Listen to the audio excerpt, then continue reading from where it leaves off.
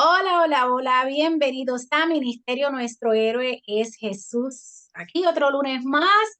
No sé, este lunes llegó como que muy rápido, ¿verdad que sí, mi gente? Llegó como que muy Muy rápido. rápido.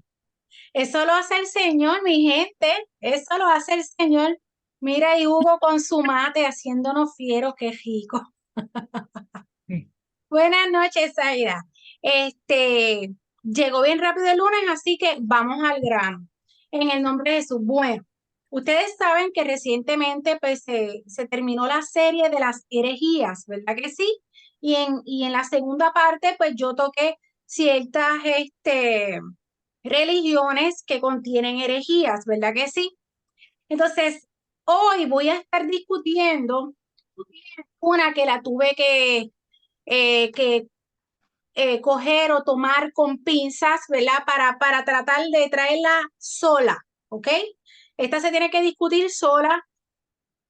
Tiene demasiada información, pero yo solamente lo voy a dejar en una sola presentación. No voy a discutir segundas partes porque pues, ustedes se van a dar cuenta que no es necesario hablar más y más y decir más y más y más, porque con lo que yo le diga es suficiente como para saber que nosotros pues no debemos seguir esta religión, pero la palabra dice, ¿verdad? Que es útil para, ¿verdad? Redarguir, exhortar, ¿verdad?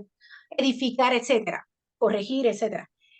Es importante por los últimos tiempos que estamos viviendo, tenemos que conocer también quiénes son enemigos.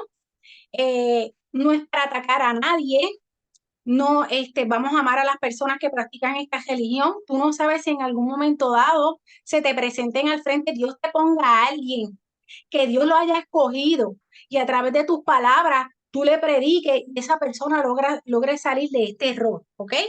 Así que dicho esto, no quise ser muy obvia en la invitación, ¿verdad? Pero vamos a estar hablando del Islam, mi gente. Vamos a hablar del Islam. Vamos a hablar más adelante, vamos a profundizar en una parte que ustedes van a decir, espérate, esto es importante. Así que dicho esto, vamos a comenzar. El Islam viene de la palabra salam, como de salami, pero tú dices salam, que significa paz y tiene que ver con sumisión, ¿ok? Y todo el que entra al Islam tiene que someterse a la voluntad del Dios Alá, porque el Dios de ellos es Alá. Y se tiene que someter a los mandamientos de ellos, ¿ok? Es una religión monoteísta. ¿Por qué? Porque cree en un solo Dios, ¿verdad? Y se basa en el libro del Corán, ¿ok? Entonces, vamos por allá.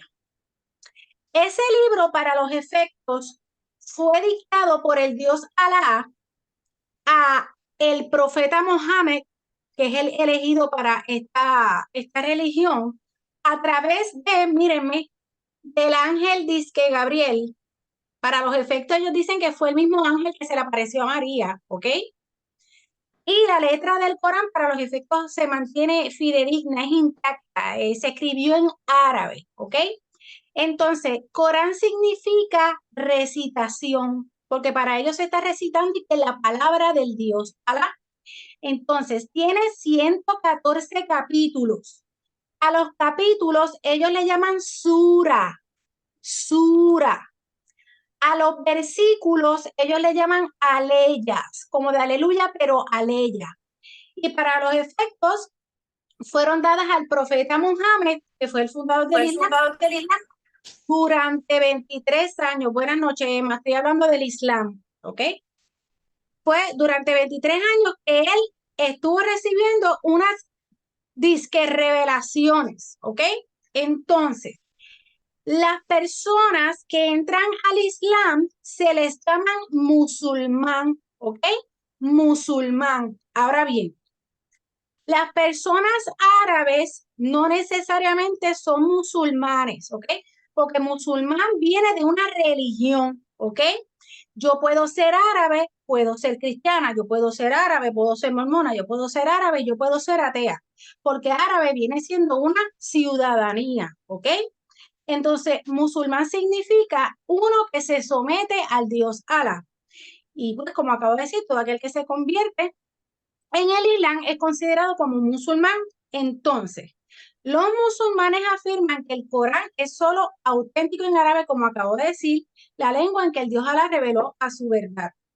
Entonces genera grandes confusiones porque no está escrito de una manera cronológica como la Biblia. Cuando usted lee la Biblia, comienza con Génesis, hablando de la creación, y ustedes saben lo que conlleva la misma. Ok, el profeta Mohammed, se escribe Muhammad con H-M, para los efectos nació como entre el 570 al 572 después de Cristo. Llévese bien esa palabra, después de Cristo. En Arabia Saudita, en una ciudad llamada La Meca. Y él era un comerciante analfabeta y tenía más detalles que no voy a traer a colación porque pues, en estos momentos pues no hay más información que dar. A los 40 años fue nombrado profeta de Alá y él consagró su vida al servicio de Dios y a la predicación universal del Islam. ¿Ok? Entonces, es considerado como el último profeta. Es considerado como el último profeta. A la edad de los 40 años se le apareció el ángel Gabriel, el cual le reveló que había sido escogido por el Dios Alá para predicar sus creencias por todo el mundo. Recibió dichos mensajes durante 23 años en la ciudad de la Meca como en la ciudad de Medina, como el apellido Medina. ¿Ok? Todo esto en Arabia Saudita. Ahora bien, la primera fase de la vida pública de este personaje fue en la ciudad de la Meca, en donde él sufrió persecuciones y trató de ganarse a gente allí. Entonces, en la ciudad de la Meca había muchos politeístas que creían en en muchos dioses. Entonces, desde allí, él recitó versos del Corán que previsiblemente no serían violentos. Originalmente, lo que él recitaba no era violento, pero cuando él se mudó a Medina y se convirtió en un caudillo militar, abandonó la predicación pacífica y recitó los versos del Corán que eran violentos. ¿Ok? Él cuando estaba en la ciudad de la Meca, que él predicó, ¿verdad? Ahí esos politeístas lo persiguieron para matarlo, pues no lo quisieron. Entonces por eso es que él se muda a la ciudad de Medina. Ahora bien, según ¿verdad? Un autor aquí, Gabriel Andrade 2015, él dice que quienes suavizan el Islam suelen señalar que aquellos versos violentos deben ser entendidos en su contexto, es decir, que cuando supuestamente el profeta Mohammed escribió los versos violentos, fue en un contexto, en aquel momento había una sociedad que era violenta y muchas veces sufrió enemigos ¿cómo es? Ataques de enemigos. Estoy ordenando mi mente. Y así sus recitaciones deben entenderse en ese fondo, ¿ok? Si bien hay versos violentos en el Corán que aparentemente fueron resucitados en circunstancias militares muy específicas, cabe advertir que no todos los versos violentos obedecen a ese contexto, ¿ok? Y hay versos violentos que aparentemente están dirigidos no a las circunstancias que pasaron en aquel entonces, para los efectos a nivel general, que aún se traslada a estos tiempos la palabra y que del Corán. Para darle solamente dos ejemplos, dos recitaciones del Corán donde podemos ver algo de violencia. El capítulo que se llama Sura 47:4 dice: cuando sostengáis pues un encuentro con los infieles, que los infieles son aquellos que no son musulmanes, ahí están los cristianos, los judíos. Cuando sostengáis pues un encuentro con los infieles, descargad los golpes en el cuello hasta someterlos. Entonces, atadlos fuertemente, luego devolvedles la libertad de gracia o mediante rescate para que cese la guerra. Otro, otro, otro capítulo, Sura 9:5, dice: cuando hayan transcurrido los meses sagrados, matad a los asociadores. Los asociadores vienen siendo los cristianos. Donde quieran que los encuentres, capturadles, sitiadles, tendedles emboscadas por todas partes. Pero si se arrepienten y hacen la oración o súplica musulmana y dan el asaque es una limosna, entonces dejadle en paz. Alá es indulgente y misericordioso. ¿Ok? Vamos a ir entrando, pero yo sé que en una parte ustedes van a abrir los ojitos, por lo menos para los que no saben algo del tema. Está permitido islámicamente atacar a los infieles con la posibilidad de que caigan niños o mujeres. Mohammed establece que está permitido asesinar a no combatibles en el proceso de matar a un supuesto enemigo. Es decir, esto es como en mi país, hubo en Puerto Rico hay mucha criminalidad. Antes, cuando iban a asesinar a alguien por droga, buscaban al susodicho y mataban a esa persona específica. Ahora no, ahora caiga quien caiga. Eso pasa, pues lo mismo pasa con esta gente. ¿Ok? Pueden venir a matar a un enemigo en específico, pero si cayeron unos que no están combatiendo, pues cayeron. Ok, ahora vamos a hablar algo bien importante. Yo les hablé a ustedes del profeta Mohammed. Y yo sé que hay gente que ha dicho, pero no es Mahoma, porque yo conozco que es Mahoma, pues te voy a explicar qué es lo que pasa. Mucha gente cree que Mahoma es la traducción al castellano del nombre propio de Mohammed. Pero eso no es verdad. En realidad, Mahoma es un sobrenombre que le puso un sacerdote, un cura cristiano, ¿ok? Ese cura, porque Mohammed significa las bendiciones y la paz de Alá sean con él. Pues este cura le puso Mahoma, que significa la paz y las bendiciones sean sobre él. O sea, que no están mencionando a Alá. Eso para ellos es una afrenta, ¿ok?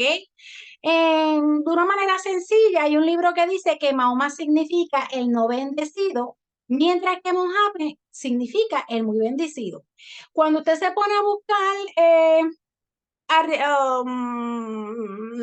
videos en YouTube, usted puede encontrar que muchos eruditos dicen, Vivian, estoy hablando del Islam, usted puede encontrar que muchos eruditos dicen que ellos no reconocen a Mahoma, porque para ellos es una falta de respeto, que ellos reconocen a Mohammed.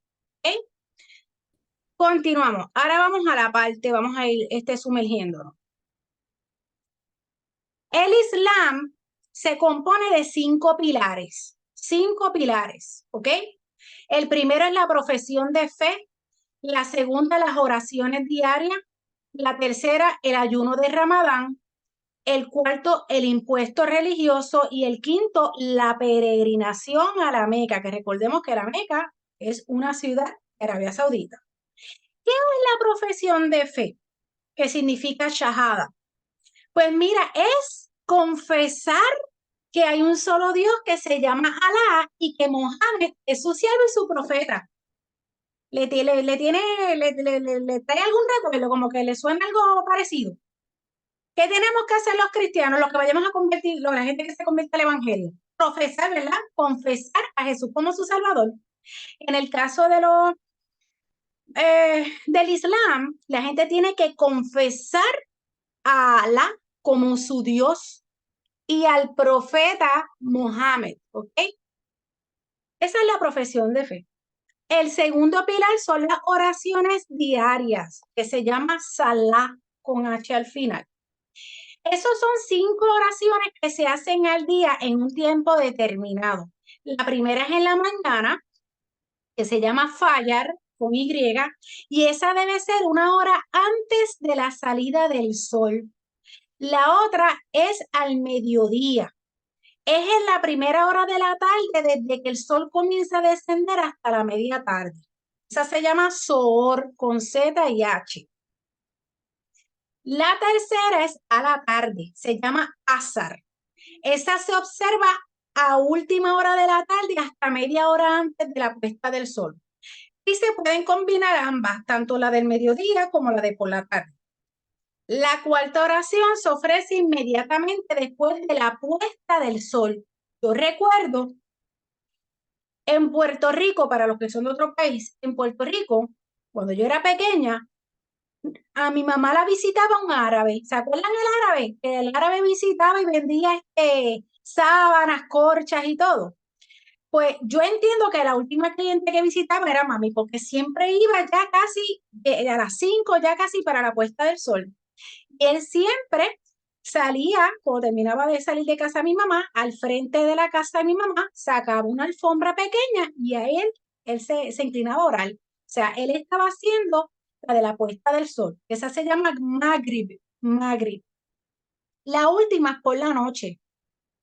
Se puede observar hasta la medianoche. O sea, que en cualquier hora de la noche, antes de la medianoche, se puede orar. Esa se llama Isha, Isha, S-H-A, I de punto S-H-A. Entonces, cuando hacen oraciones en grupo, la persona que la dirige se llama imán, como un imán, cuando se pegan los imanes, se viene siendo un guía espiritual. Y siempre que ellos hacen estas oraciones, las van a hacer en oración hacia la ciudad de la Meca. O sea que si yo vivo aquí en Lakeland, Florida, pues yo busco aquí en la brújula o no sé dónde es que queda la ciudad de la Meca. Y si es hacia el este, yo tengo que orar hacia el este. Pero ni lo voy a hacer yo ni lo va a hacer nadie aquí. Bien importante, cuando están haciendo oraciones en grupo, el hombre es el que reza primero y luego la mujer. Seguimos. El tercer pilar es un ayuno especial. Ese ayuno se llama el ayuno de Ramadán. Ramadán, que se llama Saum, Saum con M. Y ese ayuno se celebra todos los años en un mes que ellos determinan.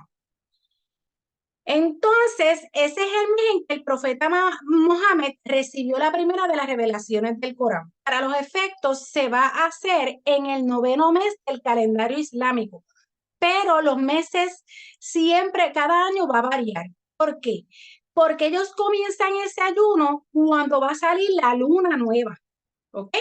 En el 2020, la luna nueva salió como para mayo. Para mayo fue ese ayuno. Este año comenzó el 22 de marzo y terminó el 21 de abril. Y Ramadán significa quemar o calor abrasador y hace referencia al perdón de los pecados. Recordemos que es todos los años en un mes en específico que ellos van a determinar, dejándose llevar por el avistamiento de la luna nueva. ¿Qué hacen en el ayuno? Pues mira, pues se abstienen de comer, de beber, de tener relaciones sexuales desde el amanecer hasta la puesta del sol. Eso sí, las embarazadas y las personas que viajan no necesariamente pues, las tienen que hacer, o personas mayores de edad que tengan ciertas condiciones. ¿Cuál es el propósito de ese ayuno? Pues mira, que el musulmán consiga purificarse espiritualmente y físicamente y elevar su moral y obtener la cercanía a Dios, estar más cerca de Dios. Tradicionalmente, ese ayuno se rompe con una fruta que se llama dátil o dátiles con D de dedo. Eso es una fruta que viene de una palma que se llama palmera datilera y están en la cultura musulmana. Y aquí también, donde quiera que ustedes van a los supermercados, la pueden encontrar. Tiene vitaminas, proteínas, etcétera, pero específicamente usan esta fruta porque es fácil de digerir, es bien rápida de digerir y al digerirse más rápido te quita la sensación de hambre, ¿ok? Buenas noches a los que se estén conectando. Bienvenidos. Bienvenidos, ¿ok? Siguiendo con el ayuno, ellos cierran el ayuno, el último día de ese ayuno, ellos hacen una fiesta, ¿ok? Esa fiesta la hacen en grandes espacios o en la mezquita, que es el lugar donde ellos se reúnen para rezar oraciones especiales llamadas Salat, ponte de tío, Salat al-Eid, que suelen estar acompañadas de un pequeño desayuno que viene siendo su primera comida diurna en un mes, ¿ok? ¿Qué se hace allí? Se intercambian regalos, se dan limosna. También ese día usan una ropa nueva, lo que para los efectos, ¿verdad? Representa una renovación espiritual. El cuarto pilar del Islam. El impuesto religioso se llama zakat, Z-T de tío, Z y termina con T de tío. El musulmán debe donar una parte de sus posesiones, eso es un por ciento en específico, ¿verdad? Todo va a depender también para el bienestar del pobre, para quienes sirven la causa del Islam, etcétera. La cantidad va a variar según el tipo de propiedad que tenga la persona.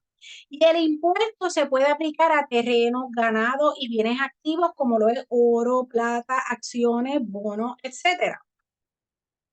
Quinto pilar.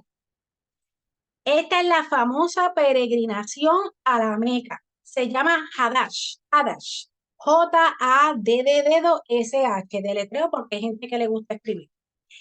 Esa peregrinación es obligatoria. O sea, en la vida del musulmán, aunque sea una vez en su vida, tiene que viajar a la Meca, que viene siendo esa ciudad que se encuentra en Arabia Saudita. Cada año los musulmanes de todo el mundo cumplen dicho mandato al visitar lo que creen que es el lugar más sagrado del mundo, ¿ok?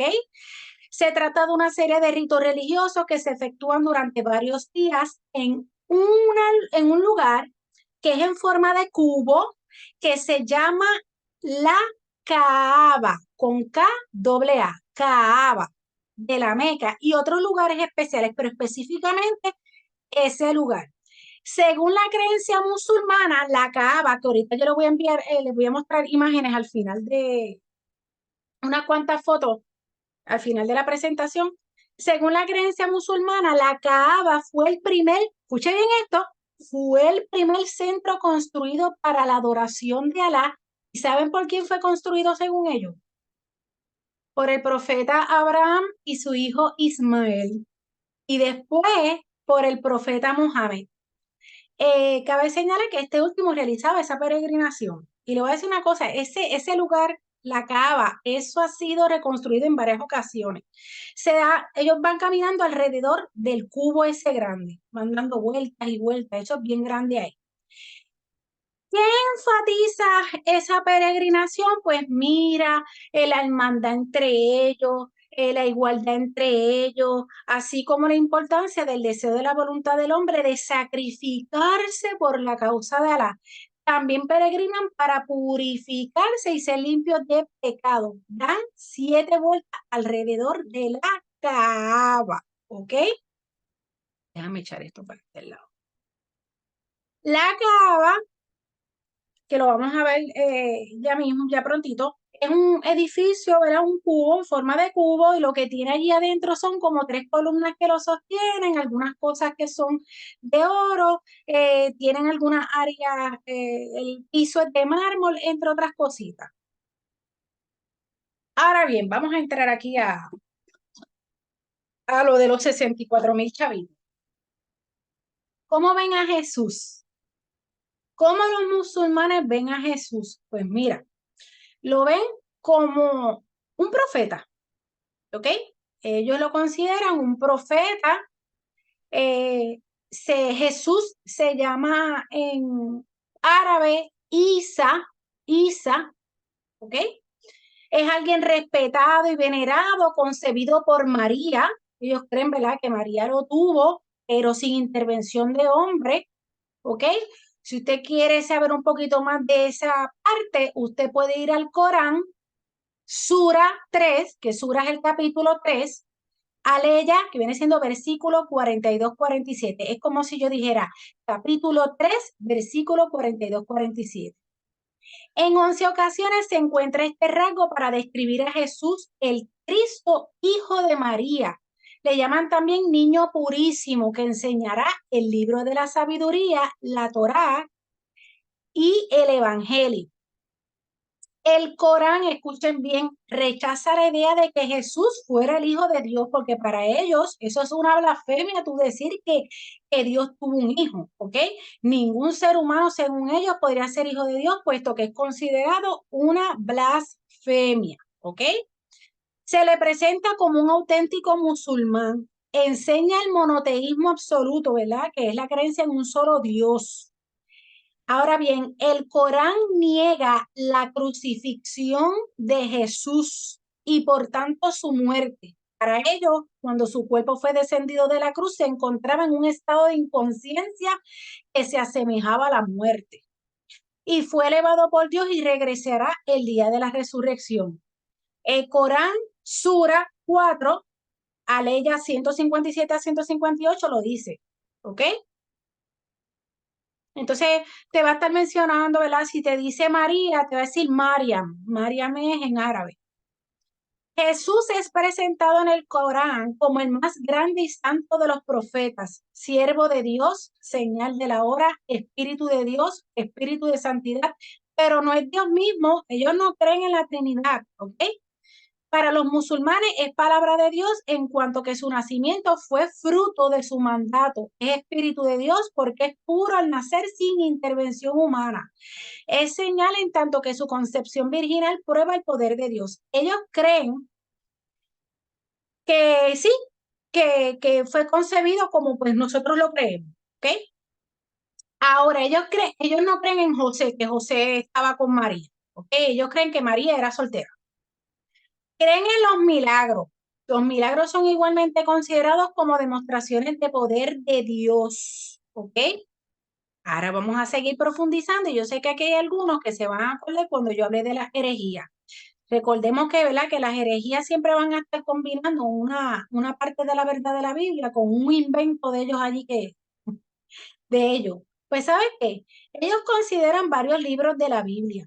Ellos consideran la Torá. Recordemos que la Torá vienen siendo los primeros 5 libros de la Biblia, que son Génesis, Éxodo, Levítico, Número y Deuteronomio.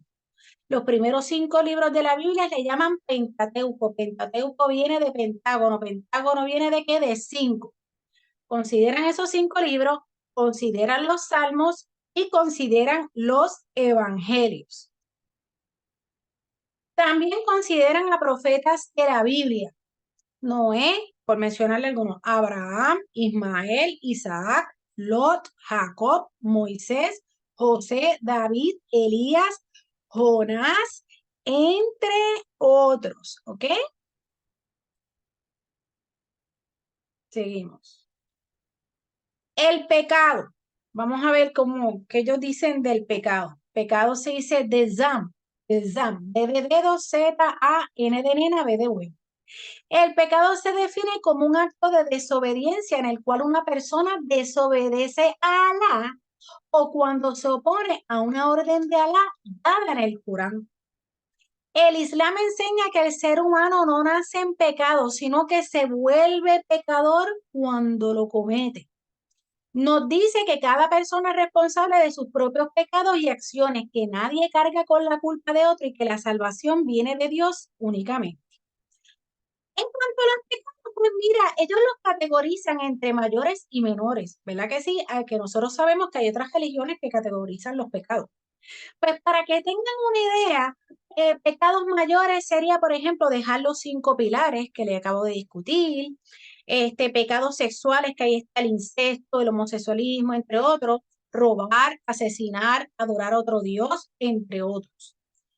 Pecados menores, envidia, criticar a alguien, mentir para bromear, mofarse de la gente, gula, entre otros. Ahora bien, respecto a los pecados menores, si la persona no se arrepiente y la persona se deleita en ese pecado y lo hace con alevosía, con maldad, entonces pasaría a considerarse un pecado mayor. ¿Ok? Si la persona sinceramente se arrepiente, Alá es misericordioso para perdonarla. ¿Ok? Detalles de la vida musulmana. No idolatran imágenes. Se supone que si tú entras a una mezquita, que es el lugar donde ellos se congregan, ¿verdad?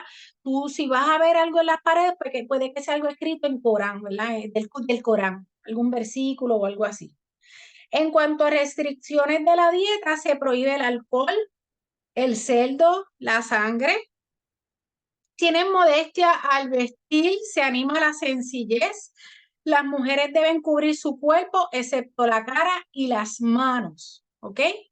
En cuanto al matrimonio, según ellos, es la base de la vida familiar. No permite el sexo antes del matrimonio, o sea que no se puede fornicar. Mira lo que dice una parte del Corán, Sura 4:3. Sura 4, Aleya 3. Capítulo 4, versículo 3. No se casen con las huérfanas que han criado si temen no ser equitativos con sus dotes. Mejor cásense con otras mujeres que les gusten, 2, 3 o 4. Pero si temen no ser justos, cásense con una sola o con una esclava, porque es lo mejor para evitar cometer alguna injusticia. ¿Ok?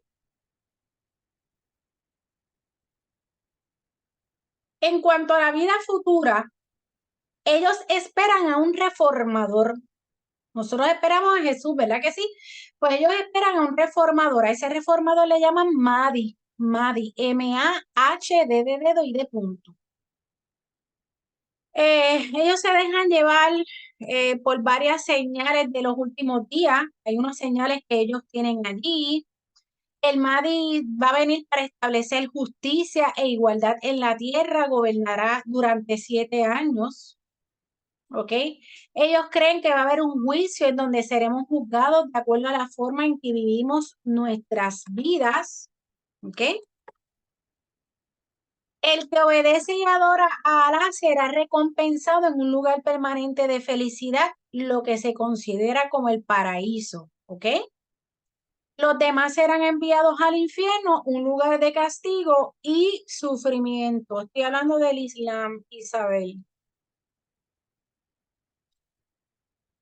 Ok. Mahoma, perdón, Mohammed, recordemos que Mohammed, él murió como para el 632 después de Cristo. Cuando él muere, fue sucedido por los califas, ¿ok? Los califas. Para los efectos, los califas vienen siendo como un sucesor, quienes se transformaron en jefes espirituales y temporales de todos los musulmanes. Entonces, ellos expandieron el Islam hacia Palestina, Siria, Armenia, la Mesopotamia, asiática, Persia y el norte de África. Luego vino otra persona a abolir el califa, lo cual generó protestas eh, por parte de los musulmanes, ¿verdad? Estas personas que vinieron a abolir el califato, perdón. Hoy en día la organización ISIS, ¿verdad? Que nosotros hemos escuchado eso, la organización ISIS, la terrorista, que eso es el Estado Islámico de Irak y de Siria, han declarado un nuevo califato en los territorios que ellos controlan, pero no es reconocido por otras naciones. Sin embargo, insisten en revivirlo y están en esa, ¿ok? Ahora bien, yo les dije desde el principio, pensé que me iba a tardar, pero mira, cogí. Yo les dije a ustedes desde el principio que de este tema yo lo quería dejar más que en una sola parte. De este tema yo le puedo hablar a usted un montón, pero yo entiendo que hablar más y más y más, si usted quiere saber más, pues usted puede, ¿verdad?, buscar más información, pero con lo que yo le he mencionado apenas, aún con lo de los 5 pilares, que eso es algo básico de ellos, con eso también es suficiente, más lo de la Torá y todo lo que ellos mezclan, yo creo que eso es suficiente para uno entender que ese no es el lugar, ¿verdad que sí? Ese no es el lugar. Derribando el argumento de esta secta. Primero de Juan 4:1 al 4 dice lo siguiente. Amados, perdón, Gálatas 1:6 al 8. Mas si aún nosotros, como dijo Pablo, ¿se acuerdan que lo dije en la herejía? O un ángel del cielo les anunciare otro evangelio diferente del que os hemos anunciado, sea anatema, o sea que sea maldito. Vamos a hacer una comparación. Cuando yo le hablé de los mormones, allí el protagonista es José Smith, ¿verdad que sí? ¿Qué pasó con José Smith?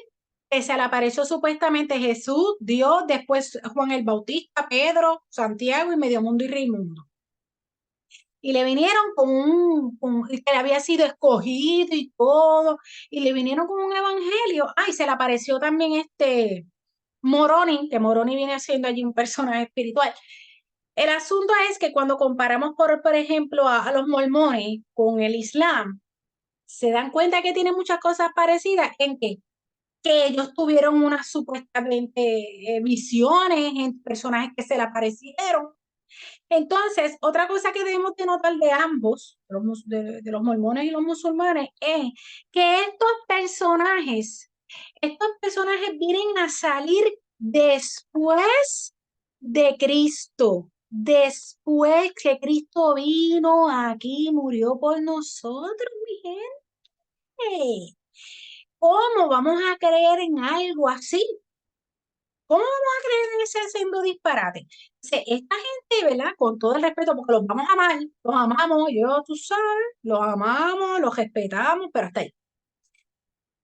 Eh, ¿Cómo esta gente pudo haber mezclado esas cosas del Antiguo Testamento, el Evangelio? Hello, está diciendo que Jesús ya dejó el viejo pacto, fue, ¿verdad?, anulado, hay un nuevo pacto, ahora ya sexo directo al Padre. ¿Y qué es lo que estamos esperando los cristianos?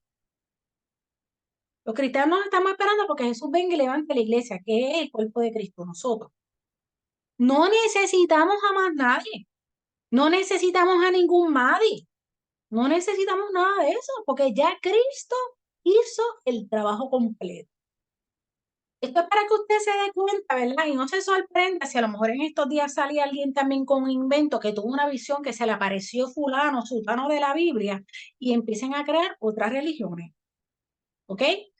Entonces, vuelvo y le repito, si usted quiere saber más información del Islam, usted va y busca. Mire, el Corán se puede leer rapidito. Cuando digo rapidito, en una semana, yo creo que uno puede. Una que le gusta leer, son 114 capítulos. Y le voy a decir una cosa, cuando usted lee el Corán, aquellos que conocen la palabra del Señor, que tienen contacto con la Biblia constante, cuando usted comienza a leer el Corán, usted rapidito se puede dar cuenta que es el mismo diablo burlándose. La manera en que habla, todo es una burla completa.